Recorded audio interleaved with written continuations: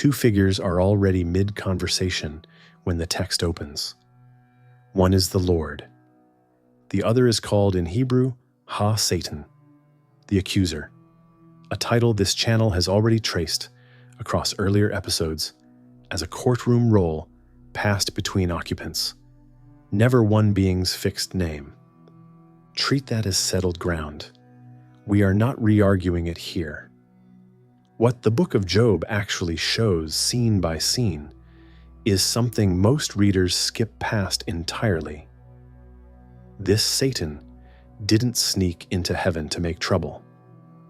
He was already standing among what the text calls the sons of God. And it is the Lord who speaks first, who raises Job's name unprompted, who puts a human life on the table before the accuser has asked for anything at all. The wager that follows, a man's children, his herds, his own skin, was proposed from the bench, not smuggled in by the prosecution. By the time this episode ends, you will be looking at one specific verse, book, chapter, verse.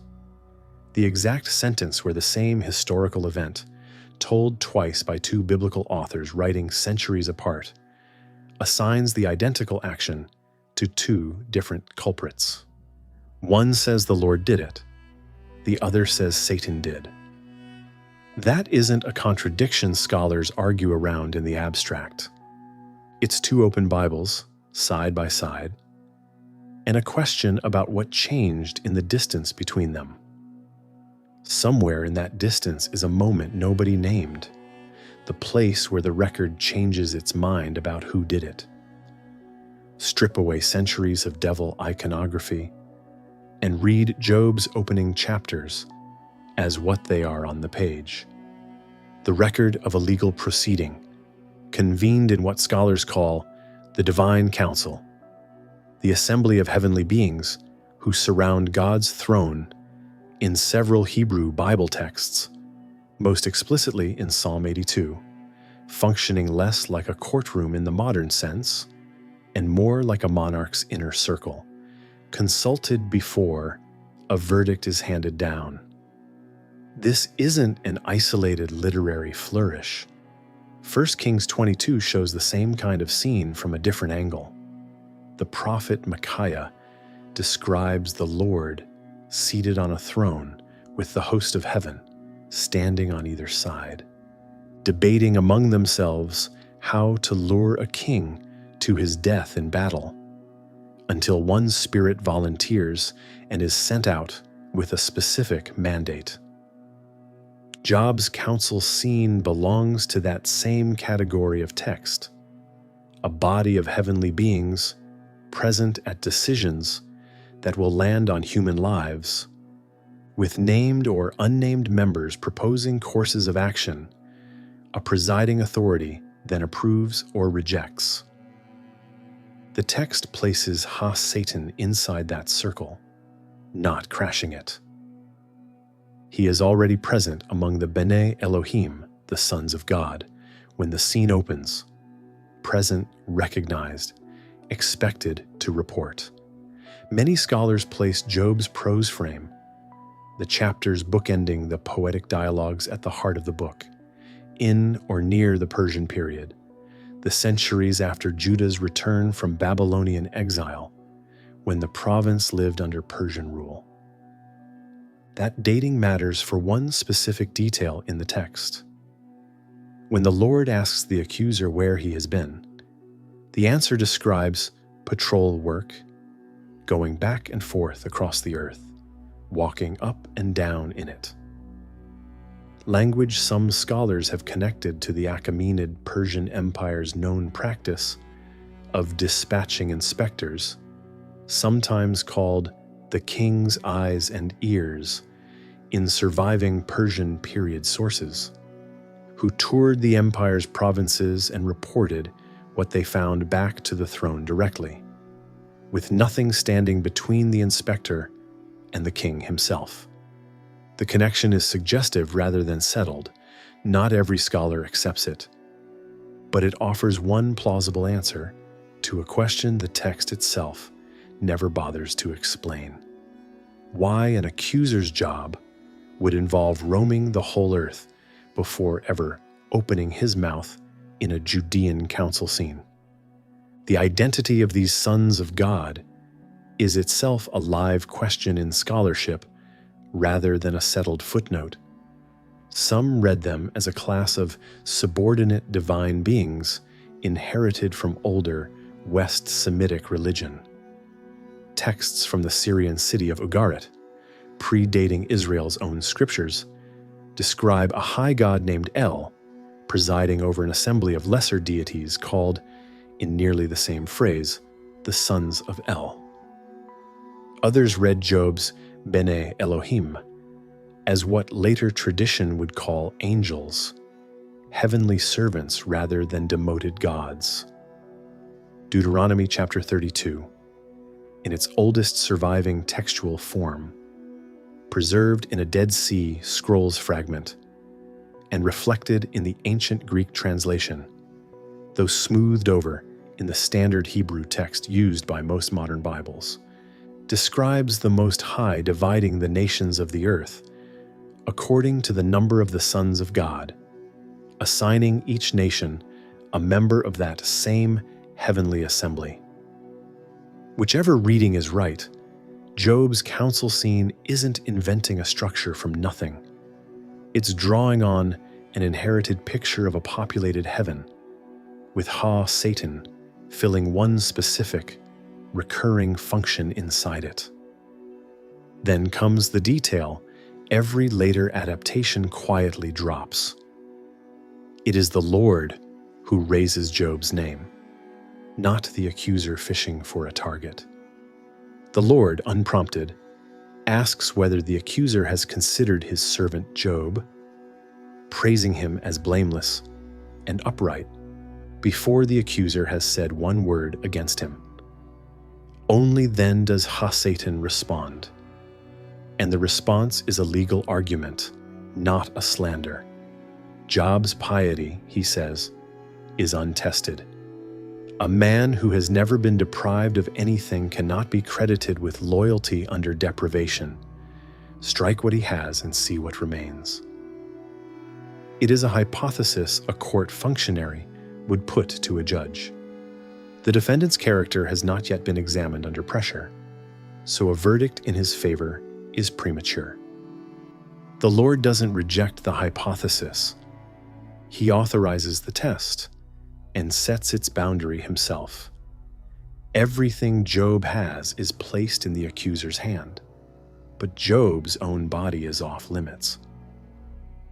What follows in the narrative is total: 7,000 sheep, 3,000 camels, 500 yoke of oxen, 500 donkeys, and 10 children, gone within the span of a single chapter, in 4 successive messengers, each arriving before the last has finished speaking, each report worse than the one before it. This is not a being slipping past God's notice to wreck a human life out of spite. This is a presiding authority signing off on a bounded inquiry, proposed and argued by a member of his own council, whose entire function is precisely this kind of challenge. The second round, after the first test fails to break Job, repeats the structure with the stakes raised. The Lord again opens by commending Job's integrity under the disasters already inflicted. The accuser again argues the test wasn't severe enough. Skin for skin, a man will give everything he owns to save his own life. The Lord again authorizes, again with a boundary. Job's life is spared, his body is not. And Job is struck with sores from the sole of his foot to the crown of his head. 2 hearings, 2 arguments, 2 rulings, issued by the very same bench both times, on both occasions. Nowhere in either scene does Satan act outside a mandate the text shows him receiving in full view. None of this reaches the human characters, who spend the rest of the book debating Job's suffering. Once the prose frames 2 council scenes close, the text never returns to them. Job's 3 friends arrive to comfort him, and instead spend chapter after chapter insisting his suffering must be punishment for some hidden sin. Never once suspecting a courtroom proceeding sits behind it, because the narrator never lets them see what the reader has already been shown. The book's entire poetic core runs on that asymmetry. Characters arguing in the dark about a cause the audience already watched get authorized in full daylight. It's worth noticing what later English translations did to this clarity. Several widely used Bibles capitalize Satan in Job's prose chapters, despite the Hebrew text carrying the definite article both times. Hey, Satan. The Accuser. Exactly the grammar you'd expect attached to a title, never to a given name. That capitalization choice is a translator's decision, made many centuries after the Hebrew text was fixed, and it has done real work shaping how readers picture this scene before they ever reach the verse, where the shift isn't a translator's choice, but the underlying Hebrew's own. Hold on to that distinction. It matters later. What the prosecutor is not, in this appearance, is a name. And that legal register doesn't stay confined to the prose frame's 2 short scenes either. Once Job's poetic dialogues begin, Job himself reaches for the same vocabulary repeatedly, insisting what he wants is a formal rib, a Hebrew legal term for a lawsuit or covenant dispute, the same word used elsewhere for disputes brought before human judges. Filed directly against God, complete with witnesses and a verdict, rather than the unexplained suffering he's currently enduring without one. The book's opening heavenly scene and its central human complaint are written in the same register. Not a story about random catastrophe striking an innocent man, but a text preoccupied from its first page to its last, with formal legal process and what it would actually take to get one. The construction stays Satan throughout the prose frame itself, the definite article attached, exactly the way you'd write the accuser in English, never Satan the way you'd write a person's given name. What we're about to do is something this channel hasn't done before. Follow that same definite article title into 2 more biblical scenes in 2 more books, attached to 2 more occupants. And if it really is a role and not a name, the next 2 appearances need to prove it. One of them won't even involve a heavenly council at all. If this title only ever appeared once in one scene, it would be reasonable to read it as a single literary device rather than a recurring role. It doesn't appear once. Numbers chapter 22 puts a strikingly different figure in the same grammatical clothing. Balak, king of Moab, watching a vast migrating population camp along his border, reacts the way more than one ancient Near Eastern ruler reacts to exactly this scenario in biblical narrative. With dread at sheer numbers, he can't match militarily. And hires Balaam, a non-Israelite seer with a cross-border reputation, to curse the threat away through ritual means instead. Balaam sets out riding his donkey to meet his employer when the angel of the Lord, not a prosecutor presenting a case to a council, but a single agent of YHWH's own court, plants himself in the road with a drawn sword. The Hebrew describes the angel's purpose with the same root that gives us Hey Satan. He stands there Satan lo, to be an adversary to him, to obstruct the road. The donkey sees the angel 3 separate times before Balaam does. Veering into a field, crushing Balaam's foot against a wall, then simply lying down in the road, and is beaten each time for a refusal Balaam can't yet see the reason for. Only on the 3rd strike does the Lord open Balaam's own eyes, and he finds himself face to face with the very obstruction his animal had been reading correctly the entire time. The irony lands harder once the episode plays out in full. When Balaam finally reaches Balak and is positioned 3 separate times on 3 separate mountains to curse Israel on command, he opens his mouth each time and pronounces a blessing instead, to Balak's mounting fury. The single scene where Satan's root describes someone obstructing Balaam turns out to be the smallest obstacle in a story about a curse that never had any chance of landing. Most translations render this descriptively, to oppose him, and that caution is worth keeping. Scholars are divided on how directly this scene connects to the courtroom role in Job. The verb may simply mean to block, independent of any institutional role. The way English uses to obstruct, without implying a job title attached to whoever's doing the obstructing. What this scene establishes beyond real dispute is the word's range. The same root that produces Satan in Job can describe a single angel, mid-errand, blocking a single road, with no council in session and no name attached, confirming that whatever this title is, it travels well outside any one occupant's fixed identity.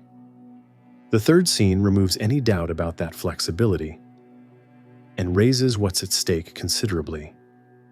Zechariah's accusation scene belongs to a longer sequence of 8 visions the prophet reports, receiving over a short, specifically dated window. Scholars generally place them within the 2nd year of the Persian king Darius I, roughly 520 to 518 BCE, squarely in the middle of the post-exilic community's effort to rebuild the Jerusalem temple after decades of exile. Chapter 3 opens on the 3rd of those visions, Joshua, the high priest. The most senior religious figure in post-exilic Jerusalem, the man whose standing underwrites the legitimacy of the rebuilt altar itself, stands before the angel of the Lord with his garments described as filthy. And Satan is positioned at his right hand specifically to accuse him. The filth on Joshua's clothing isn't incidental costuming. In the prophetic literature of this period, soiled garments are a standard image for guilt and the disgrace of exile, the residue of decades spent in a foreign land under a foreign king. The grammar of the accusation scene matches Job exactly. The definite article, the same prosecutorial posture, the same counsel setting. But the target has changed category entirely. In Job, the accuser tested an unnamed-to-history landholder from the land of Uz. In Zechariah, the accuser is leveling a formal accusation against the single most senior religious authority in Judea, by name, by garment, by standing. A man the book elsewhere pairs with the Persian-appointed governor Zerubbabel as the community's two anointed leaders, restoration figures, the whole returned community's legitimacy was staked on. The Lord's response is just as direct, a rebuke addressed to the accuser by his title, "The Lord rebuke you, ha Satan, the accuser," followed by Joshua's filthy garments being stripped and replaced with clean vestments, a clean turban set on his head in the same gesture, the accusation answered not by counter-argument, but by a change of clothes, a ritual pardon issued straight from the bench in full view of the assembled angels watching the proceeding unfold. The same chapter pairs this courtroom vision with a promise about a coming figure called the branch, tying Joshua's personal vindication to the restoration of Jerusalem's leadership more broadly. A detail that confirms how high the stakes of this particular accusation actually run. This pattern, a fixed title, a rotating occupant, isn't unique to Ha Satan inside the Hebrew Bible's own pages. The angel of the Lord itself functions the same way across dozens of separate appearances throughout the Hebrew Bible, sometimes speaking as God directly, sometimes as a distinct messenger, never pinned to one continuous identity scene to scene. Recurring functional titles attached to changing occupants are a documented feature of how these texts work, not special pleading invented for this episode's argument. The word's reach extends even further than these three council and field appearances, into purely human political conflict, with no heavenly figure involved at all. 1 Kings, describing Solomon's reign, reports that the Lord raised up adversaries against him as punishment for his apostasy. And the text names two of them using this exact word.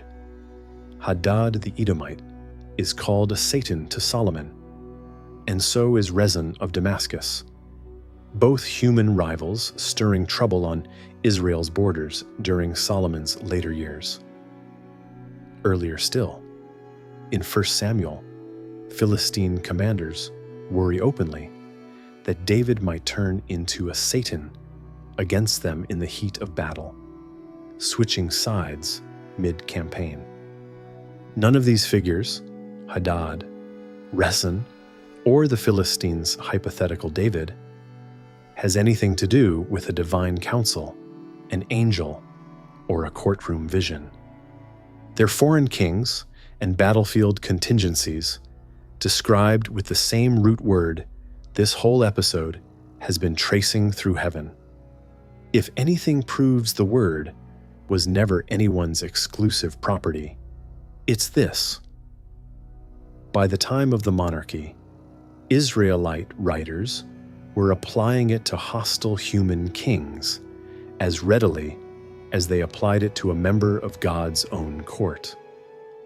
Set the human political cases briefly aside and return to the three sustained narrative scenes: a cosmic wager over a faithful stranger, a single angel obstructing a foreign seer's road, a named accusation against Jerusalem's highest religious authority. What changes scene to scene is who stands in the role and what's on the line. What doesn't change is the grammar. The article stays attached, the title stays a title. Somewhere past these three scenes, in a fourth text this channel hasn't touched yet, that article quietly disappears. The place where the record changes its mind about who did it is closer now than it was an hour ago. One more biblical use of the word belongs in this account, even though it isn't a narrative scene at all. Psalm 109, an imprecatory prayer calling down judgment on an enemy, asks specifically that a Satan be set to stand at the guilty man's right hand. The identical legal positioning Zechariah's vision will later use for Joshua's accuser, here applied as a curse formula wished onto an ordinary human opponent in an ordinary legal dispute, with no angel, no counsel, and no cosmic stakes attached at all. Same root, same posture, deployed by an anonymous worshiper wishing legal trouble on a personal enemy centuries before any of these scenes were collected into a single book. 3 courtroom scenes, 1 shared role, never once a fixed identity. Step back and weigh all 3 together rather than one at a time. A heavenly prosecutor testing a stranger's loyalty, an angel obstructing a foreign seer's road, an accuser leveling a formal charge at Jerusalem's highest religious authority. Different appearances, same grammar, same title, never a name. If it really is a title, then somewhere a specific person made the decision to write it as one instead. And unlike the theological question of what the Satan means, that decision isn't an argument left to interpretation. It's a record. It's datable. And it survives in your Bible right now in 2 separate books describing the exact same historical event. Tracking a single grammatical marker like this, present in one text, absent in another, across centuries, isn't a trick built for this episode alone. It's a standard tool in the historical study of the Hebrew Bible's language, the same kind of marker scholars use elsewhere to reconstruct when and how a tradition shifted shape over time, long before anyone involved was thinking about what later readers 2,000 years on would make of it. Here is the event. King David orders a census of Israel and Judah, a head count of fighting age men. The kind of national accounting that, across the ancient Near East, was widely understood as an act inviting divine anger, bound up with royal overreach and the presumption of a king counting a population God alone was meant to number. The Torah itself codifies this danger directly.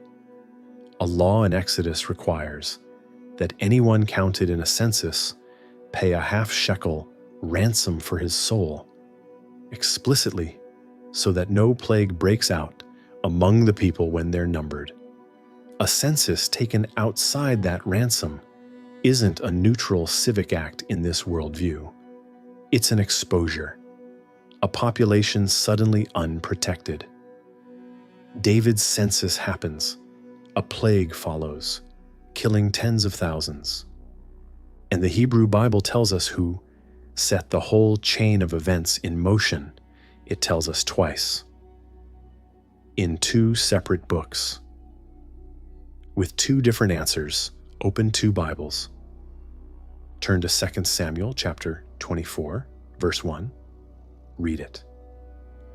Again the anger of the Lord was kindled against Israel, and he incited David against them, saying, "Go, number Israel and Judah." The Lord does it. The Lord is named as the agent, no accuser, no prosecutor, no third party at all. Samuel's account sits inside what scholars call the Deuteronomistic history, a long narrative running from Joshua through Kings, generally understood to have reached something close to its present shape during the monarchic period or in the early years of the Babylonian exile. Now turn to 1 Chronicles chapter 21, verse 1. Same census, same outcome, a different sentence. Satan stood up against Israel and incited David to number Israel. Not the Lord this time. Satan. Chronicles is a much later composition, written by a different hand working centuries after Samuel's underlying traditions had already taken shape. Most historians place the book's final form somewhere in the Persian or early Hellenistic period, well over 200 years after the events it describes, and long after Samuel's account of the same census had already been circulating. And here is the detail that matters more than the headline. In the Hebrew of this verse, the word carries no definite article.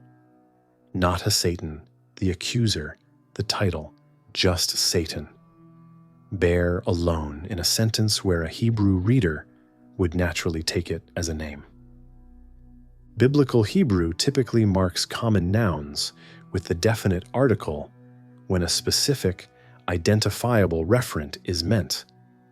The same function the performs in English. Proper names normally don't take the article in this way, which is why ha-Satan reads more naturally as a title than as a personal name. Every sustained heavenly court accusation scene this episode has covered keeps that article. Job and Zechariah both preserve ha-Satan as a title. The same construction, scene after scene. Chronicles is the first major pivot in this chain where the adversarial figure appears without it.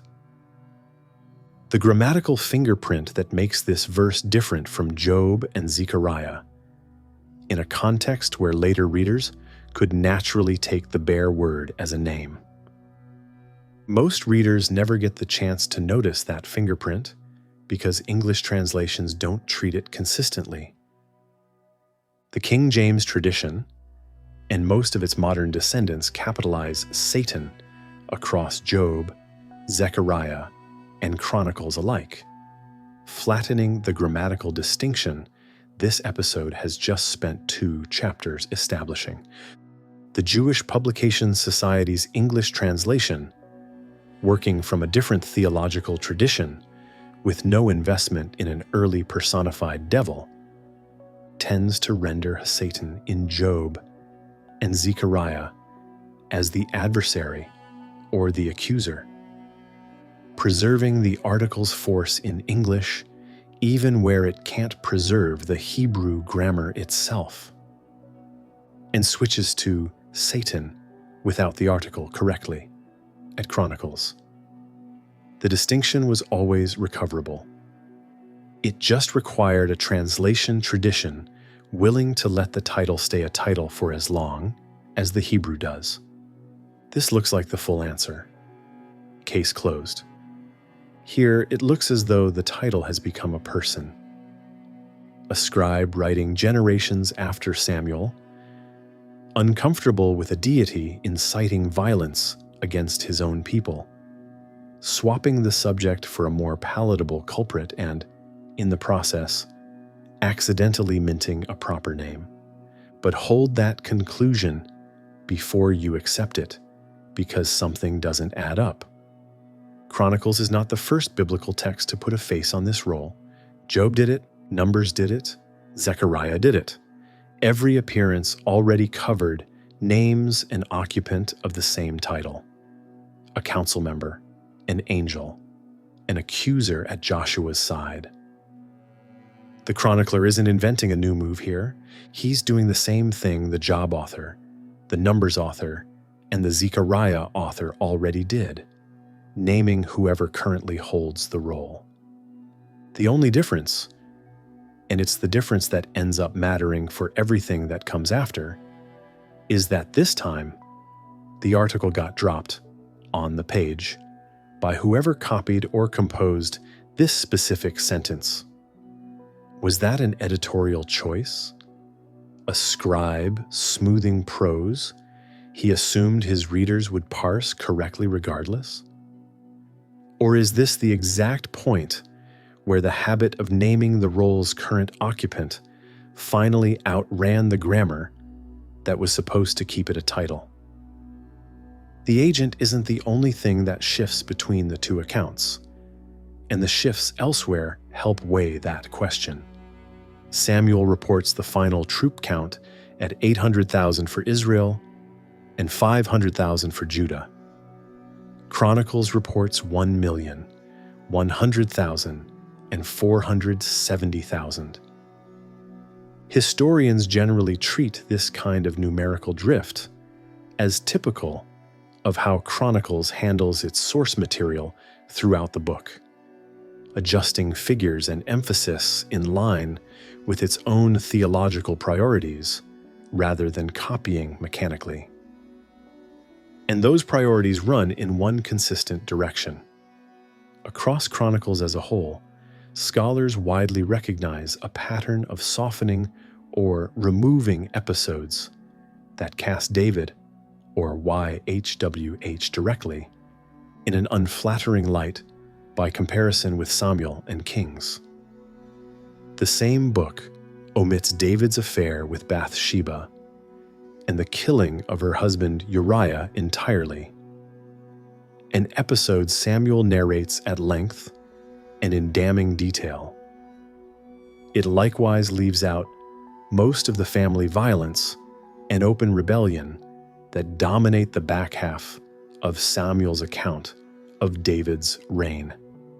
Reassigning the census's instigation away from the Lord sits inside that same observable editorial pattern, not as an isolated, unexplained exception to it. None of this resolves whether the missing article was a deliberate theological choice or an incidental side effect of a scribe simply naming a different culprit. It does mean the swap sits inside a documented, recognizable pattern, rather than appearing out of nowhere. There's a useful grammatical parallel elsewhere in the Hebrew Bible for what's happening to this word, and it involves an even more familiar name. Genesis introduces the first human as Ha-Adam, the man or the human, definite article attached, a description of a category rather than a name, and uses that form consistently through most of the early chapters.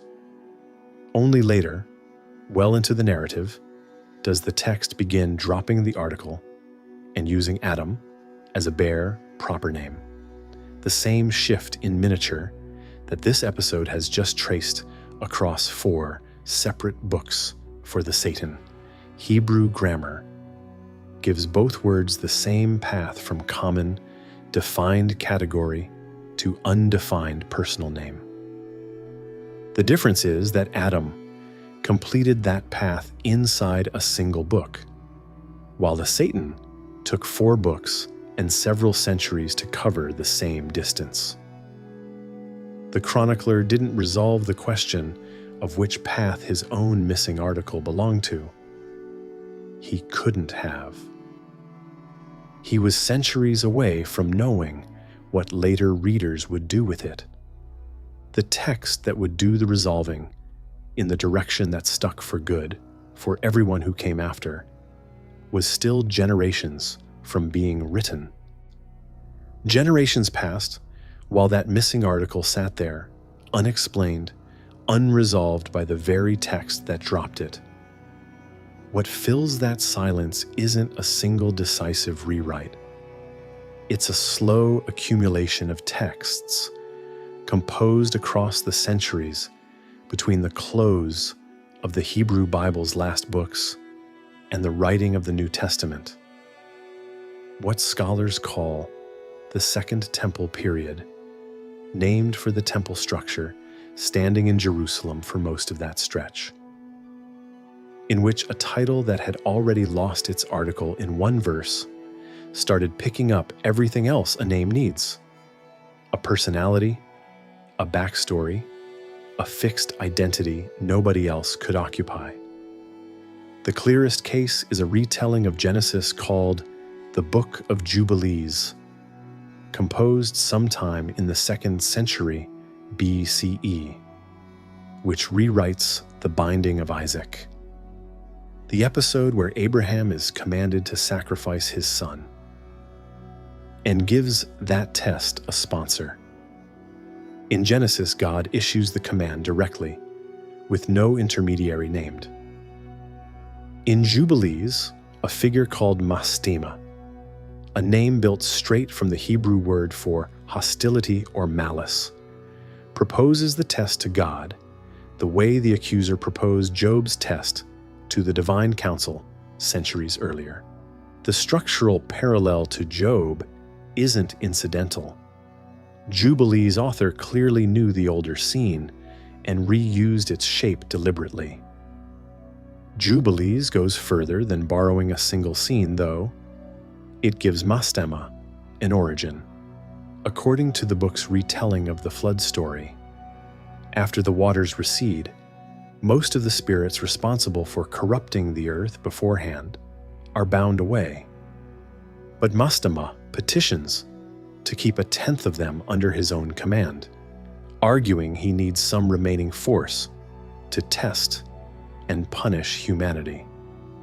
Since without that pressure, people would have no real occasion to prove their loyalty. The request is granted. From that point in Jubilees' chronology forward, Mastema isn't introduced scene to scene as the current holder of a title. He's introduced with a name and a standing command already attached. A name that doesn't change, that belongs to him the way David belongs to David. The role has acquired a permanent occupant with a backstory explaining why he's still operating at all. Jubilees doesn't stop at the Akedah. Later in the same book, as Moses is on his way back to Egypt, Jubilees rewrites another notoriously strange verse. Exodus chapter 4, where the text simply says, "The Lord sought to kill him," meaning Moses, for reasons the original passage never explains. Jubilees assigns that attempted killing to Mastema as well. The pattern is the same move the chronicler made with the census, run earlier and in the same direction. Take an action, the older text assigned to God without explanation, and reassign it to the role's current occupant, smoothing over a theological discomfort the original author either didn't share or didn't bother to address. Two texts, two different centuries, two different authors, the same instinct, uncomfortable divine action quietly handed off to the adversary. Jubilees itself survives, complete only in an Ethiopic translation preserved by the Ethiopian Church. But Hebrew fragments of the same book turned up among the Dead Sea Scrolls in the 20th century, confirming that the version read in Ethiopia for centuries does reflect a genuine Second Temple Hebrew composition rather than a later invention layered on afterward. A separate community, copying and composing texts in the Judean desert across roughly the same centuries. The caches now known as the Dead Sea Scrolls, first uncovered in the caves above Qumran starting in 1947, written by sectarians who called themselves the Sons of Light, pushed the same development further still in a text called the War Scroll, a detailed battle plan for a 40-year end times confrontation between forces of light and forces of darkness, choreographed almost like a military manual, complete with instructions for trumpet signals and the wording to be inscribed on each unit's battle banners. The scroll lays out 7 engagements between the two sides, with the army of light fighting under a figure called the Prince of Light, generally read by scholars as an early identification of the Archangel. This channel has already covered, set against an opposing army commanded by Belial, a word that appears scattered through the Hebrew Bible as a common insult, something closer to worthless or good for nothing than a proper noun, attached at various points to corrupt judges, wicked men, troublemakers of every description, The book of Judges applies the phrase sons of Belial to a mob threatening violence in Gibeah. 1 Samuel applies the same phrase to the corrupt sons of the priest Eli, skimming sacrificial offerings for themselves, and again to the men who sneer at Saul's fitness to rule. None of these are remotely cosmic figures. They're local troublemakers in local disputes, centuries before anyone read Belial as anything but a slur. The War Scrolls authors took that insult and built a cosmic general out of it. Belial isn't confined to this one document either. The same community's community rule and Damascus document both treat him as the dominant personification of evil running through their entire worldview. The Damascus document specifically describes 3 nets of Belial used to trap Israel, naming sexual immorality, wealth, and defilement of the sanctuary as the snares he sets.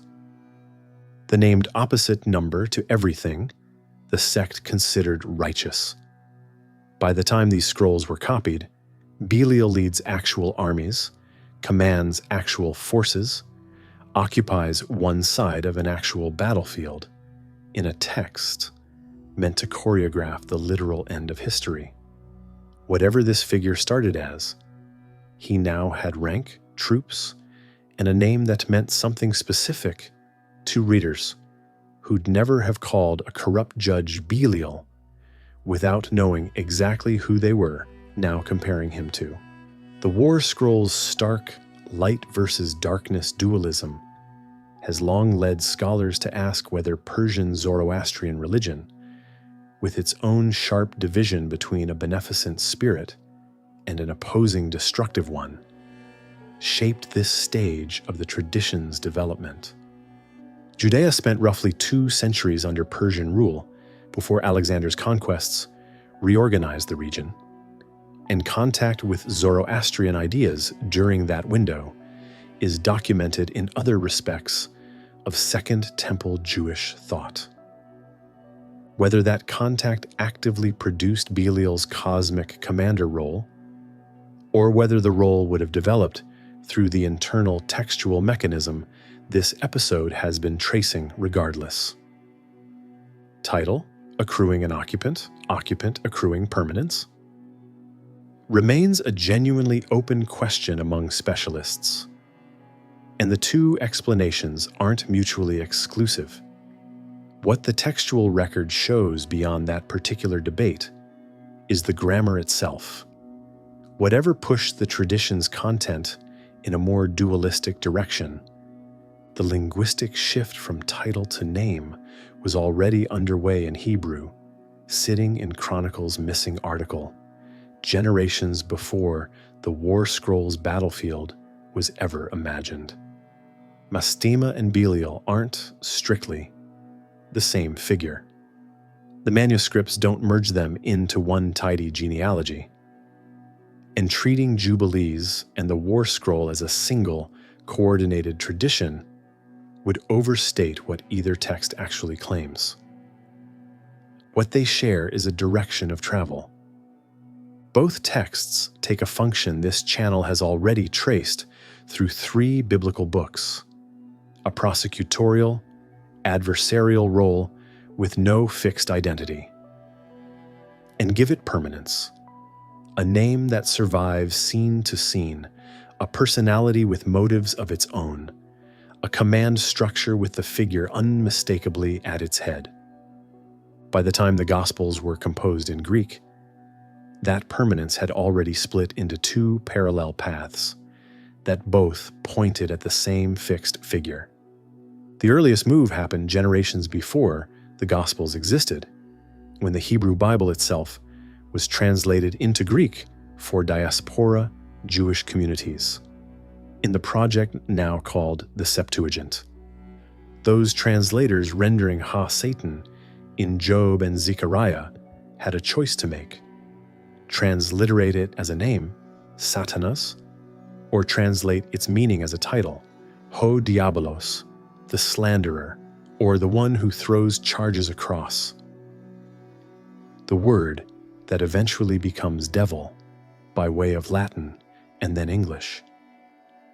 The Septuagint most often chose the second path for these older scenes, rendering the courtroom accuser as o diabolos rather than inventing a Greek name out of the Hebrew sound.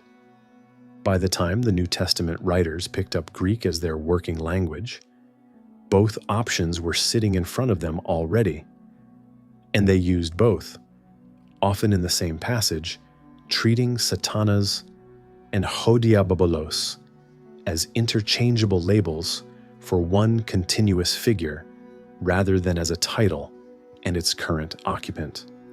Mark's account of the wilderness temptation uses satanas. Matthew and Luke's fuller retellings of the same episode lean on ho diabolos. Revelation, late in the New Testament's own composition, applies both terms to the identical figure within a single sentence, as though no distinction between them was even worth preserving by that point. The tempter who meets Jesus in the wilderness doesn't need an article in front of his name in either form, doesn't need introducing as the current occupant of anything. He arrives as Satan or as the devil. No committee, no rotating cast. Because several centuries of texts in two languages had already done the work of making that arrival unremarkable. Belial's name doesn't stay fixed in spelling either, as it keeps traveling. A separate body of Jewish writing from around the same broad period, the Testament of the 12 Patriarchs, uses the variant form Beliash for the same antagonist, and that variant survives all the way into the New Testament itself. Paul's second letter to the Corinthians names Beliar directly, in a single breath alongside the implied contrast of Christ, treating the name as something his audience would recognize without explanation. A figure built from a Hebrew insult, formalized into a named cosmic commander at Qumran, was common enough currency by the 1st century that a letter writer could drop the name into a single clause and expect it to land. Historians of religion have a term for this broader pattern, and it isn't unique to this one title. They call it hypostatization, the process by which an abstract quality or a functional role gradually gets treated as an independent, personal being in its own right. Wisdom, in the biblical book of Proverbs, undergoes a milder version of the same shift, moving from a personified literary device, speaking in the first person, to something later, interpreters, increasingly treated as a quasi-independent figure standing alongside God at creation. What this episode has traced for Satan isn't a cherry-picked oddity engineered to make one title look more dramatic than it was. It's a documented mechanism, observable elsewhere in the same body of literature, that happened to run its full course on this particular word, across these particular centuries, leaving a particular grammatical scar in a particular verse anyone can still read today. Job's own legal language, a man demanding a formal lawsuit against his own God, set inside a prose frame already staging exactly that kind of proceeding. Job's prosecutor, arguing a hypothesis before a council neither Job nor his friends ever learn existed, granted permission, never once acting alone. Numbers angel, planted in a single road, blocking a single seer whose own donkey saw the danger before he did. Zechariah's accuser, naming Jerusalem's highest religious authority by garment and by standing, in a dated vision answered with a change of clothes. Psalm 109's anonymous curse, asking for an accuser at an enemy's right hand, with no angel and no counsel anywhere in sight. Hadad and Rezin, two human kings on Israel's borders, carrying the same word with no heaven involved at all. The chronicler's missing article. One dropped prefix, doing more theological work than any of the scenes that came before it, in a book already known for softening everything it touches. Centuries of English translators capitalizing their way past that missing article, erasing in one language what the other had taken 4 books to build. Adam's own name, sliding from the man to a bare proper noun inside a single book. The same grammatical road, Satan, would take 4 books and several centuries to finish walking. Jubilees Mastema, petitioning to keep 1/10 of the unbound spirits, then proposing Abraham's hardest test, then reaching for Moses on the road back to Egypt. Qumran's Belial, once just an insult for corrupt judges and quarreling priests, now commanding an army, and 3 named nets for catching the unwary, holding one side of a battlefield meant to end history itself. The gospel writers Satanas and Diabolos, 2 separate words for one fixed figure, neither one needing an article anymore.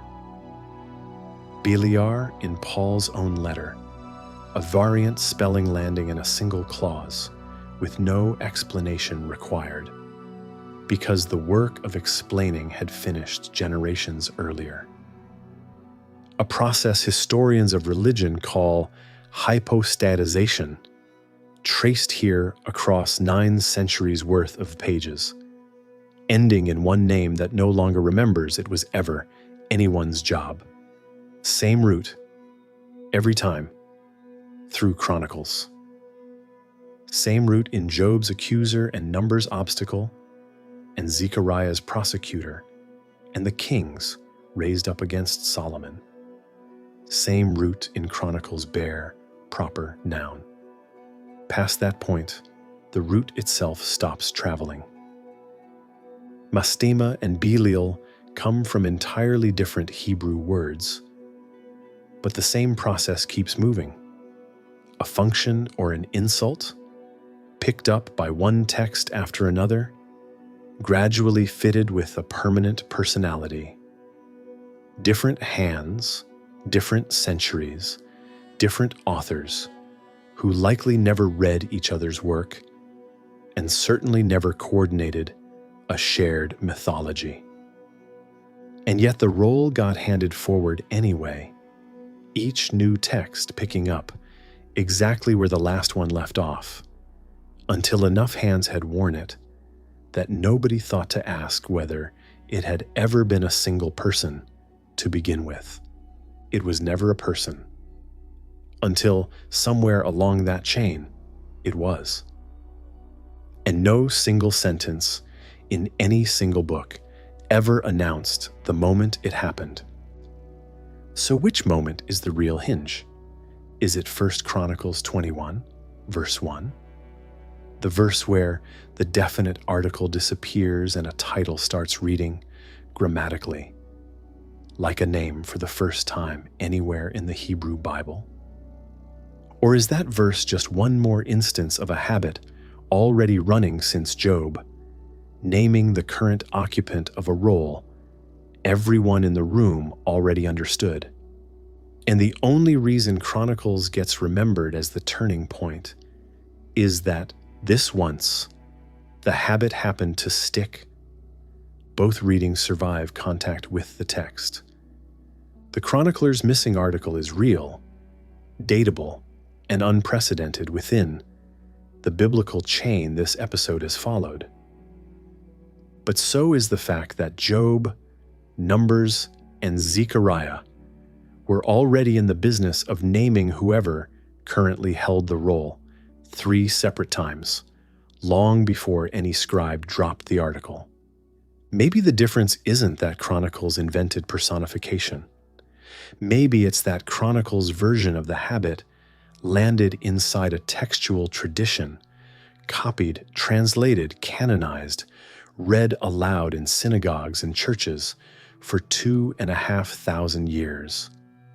That gave it nowhere to go but forward, while Job's prosecutor and Zechariah's accuser, despite naming their own occupants just as clearly, simply weren't positioned to become anyone's permanent name.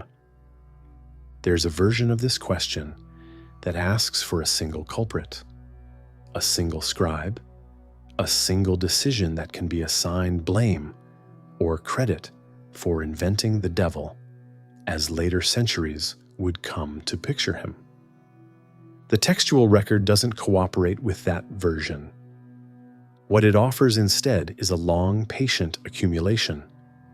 Job's accuser given a hypothesis and a mandate, Numbers' angel given a sword and a road, Zechariah's accuser given a target and a name to be rebuked by, the chronicler's pen given a sentence with one article missing, Jubilees' mastema given an origin story and a standing command, Qumran's Belial given an army and 3 nets to set, 2 Greek words given to a single fixed figure walking into a Judean wilderness.